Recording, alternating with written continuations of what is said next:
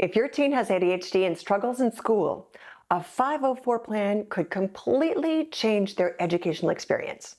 In this video, I'll explain what a 504 plan is, how to get one, and how to make sure the accommodations truly fit your teen's ADHD brain.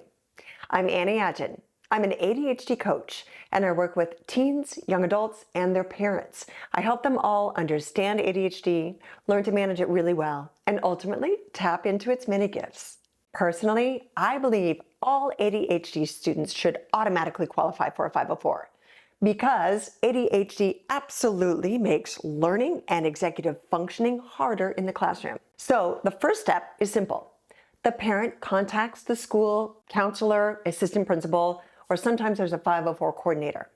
And you're going to formally request a meeting to discuss getting your child qualified for a 504 plan. You can make this request by email or a phone call. I strongly recommend doing it in writing so that there's clear documentation and a clear timeline. Your simple email inquiry could read, "My child has been diagnosed with ADHD, and I'd like to request a meeting to discuss eligibility for a Section 504 plan with appropriate accommodations to support their educational access at school." Once your request is made, the school will typically gather some teacher feedback, they'll look at grades, and they'll review classroom functioning and other documentation, and then they'll hold a meeting with parents and staff and the student. If your student qualifies, then the same team creates the accommodation plan altogether. Now, one very important thing that parents need to understand is this. A student does not need to be failing their classes to qualify for a 504.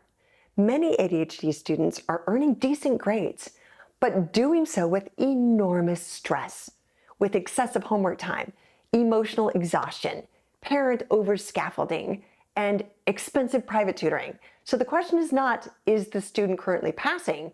The question is, does this impairment substantially impact major life activities like learning, peer relationships, and school access compared to the average student? Once in place, your teen's 504 is typically reviewed annually, once a year together with you and your student. But you can request a meeting and you can request additions to their 504 whenever you want to.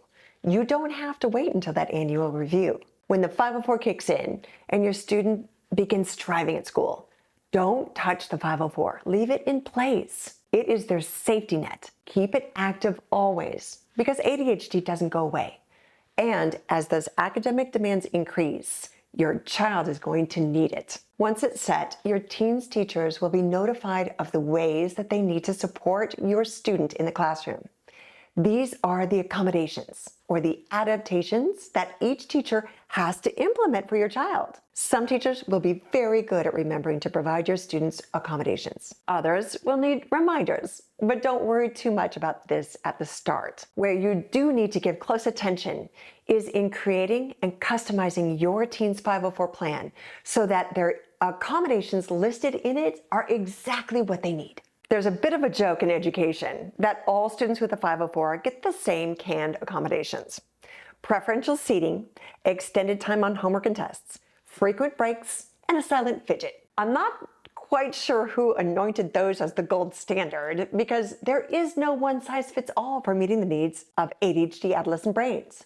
Those 4 automatic accommodations aren't bad, but we can do better. And we have to be much more intentional in aligning what the 504 says your student needs in the classroom with what their ADHD brain shows you they need. So ask yourself, what scaffolding do I commonly provide at home? Do you help your teen get started, keep a calendar, or a prioritized to-do list? What specific ways do you help them stay focused while doing homework?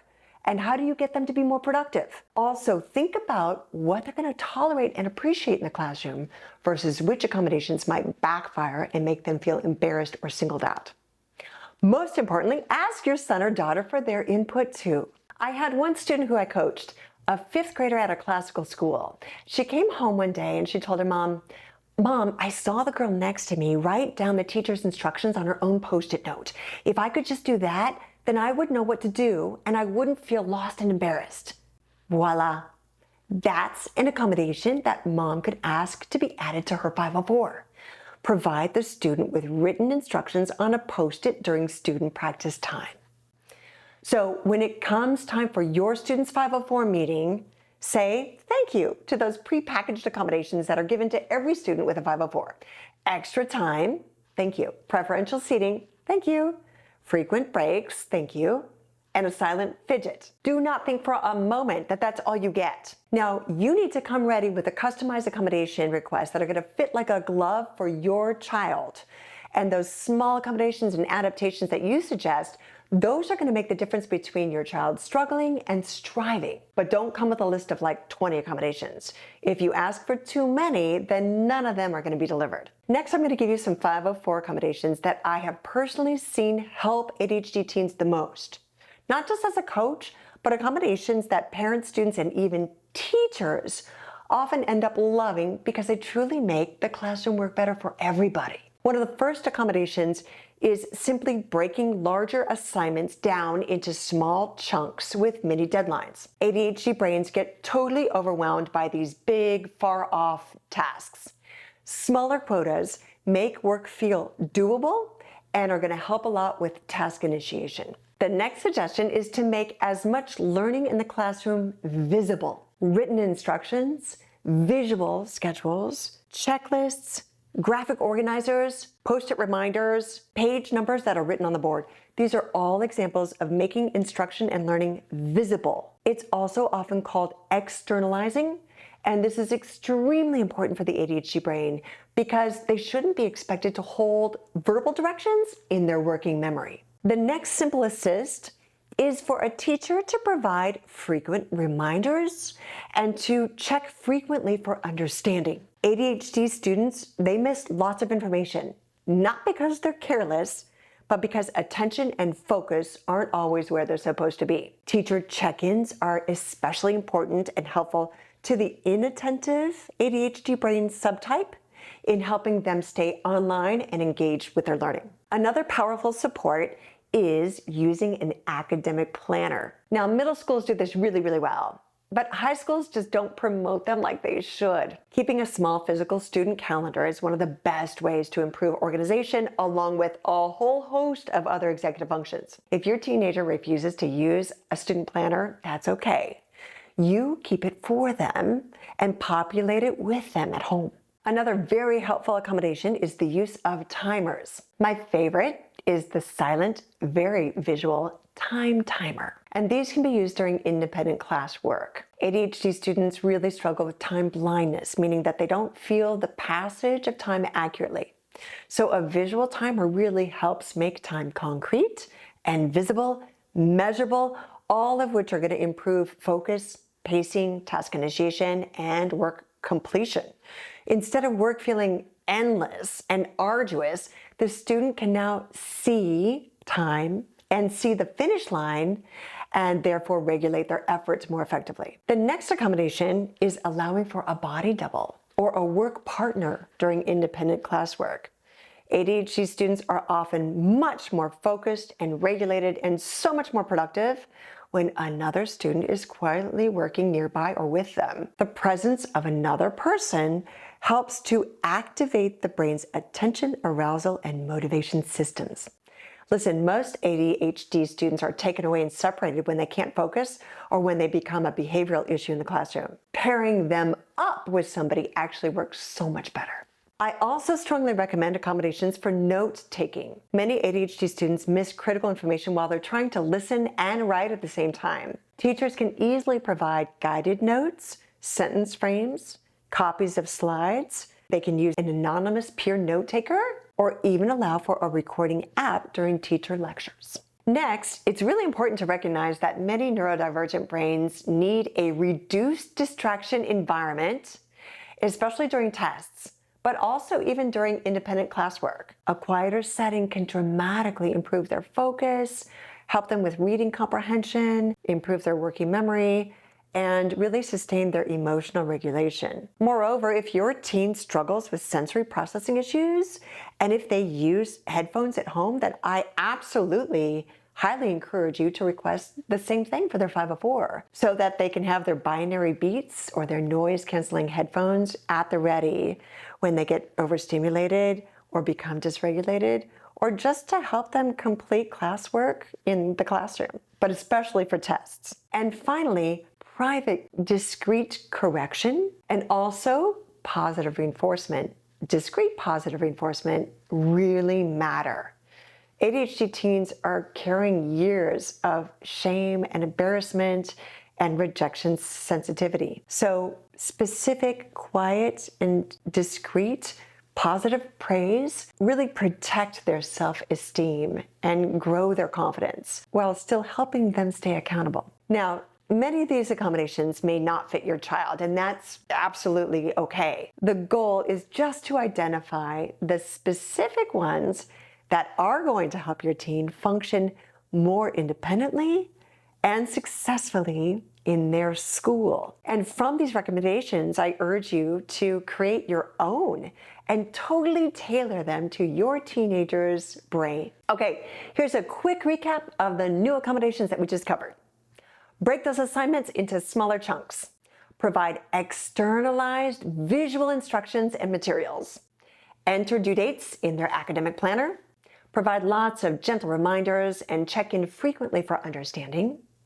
Use timers. I like the time timer for periods of focus. Allow the student a preferred work partner, a start buddy or a body double, and give them lots of note-taking supports. Provide reduced distraction environments and optional headphones. When you need to redirect them privately and give them lots of positive reinforcement. And yes, go ahead and say yes and take them up on all of the extra time, especially on tests. Those ADHD brains need more time for processing, and they also have to manage and mitigate higher levels of anxiety. And yes, take them up on preferential seating. That one is good too. Don't assume that means sitting in the very front row or next to the teacher. The student and the teacher should collaborate to find the best spot where your student feels safe, seen but not in the spotlight, and can participate comfortably. Also, yes, take them up on frequent breaks. In fact, this one's really important. Try to have the breaks pre-planned and at a semi-scheduled time, usually between teacher instruction and student independent practice. Those breaks should include some physical movements and take place inside the classroom and not wandering outside in the hallways. And yes, absolutely every student with ADHD deserves to have as many silent fidgets as they need.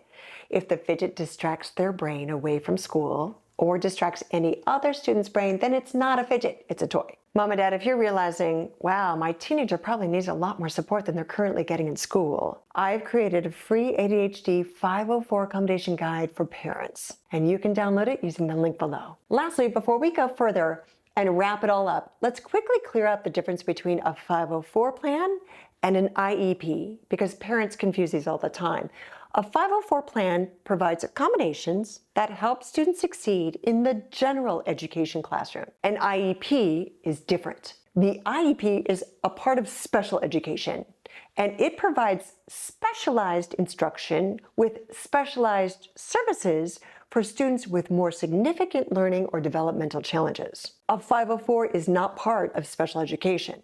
So think of it this way. A 504 helps students access learning fairly and with accommodations.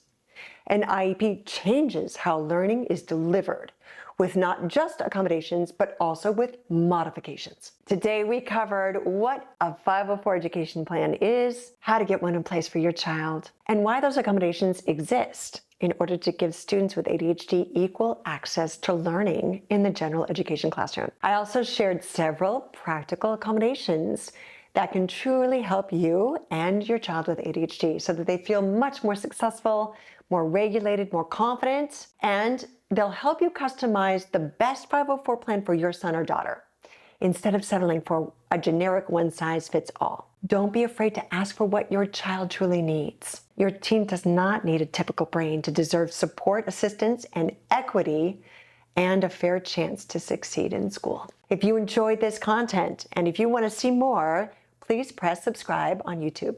And if you're listening on a podcast app, go ahead and hit that follow button. Don't forget, download my free ADHD 504 accommodation guide. It covers everything we discussed in this episode and more. You can download it using the link below. Keep calm, parent strong, and remember, I'm always in your corner wishing you all A's in your every parenting endeavor.